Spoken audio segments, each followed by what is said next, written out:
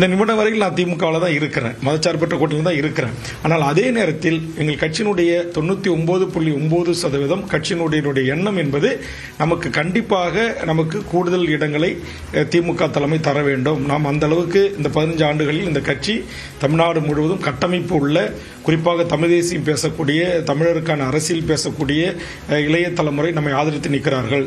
தொடர்ச்சியாக ஒரு இடங்கள் கொடுப்பது அப்படிங்கிறது தொடர்ந்து பார்க்குறோம். இந்த முறை அதே மாதிரியான ஒரே இடம் அப்படின்னா அது மாற்று முடிவுக்கு வழிவகுக்குமா?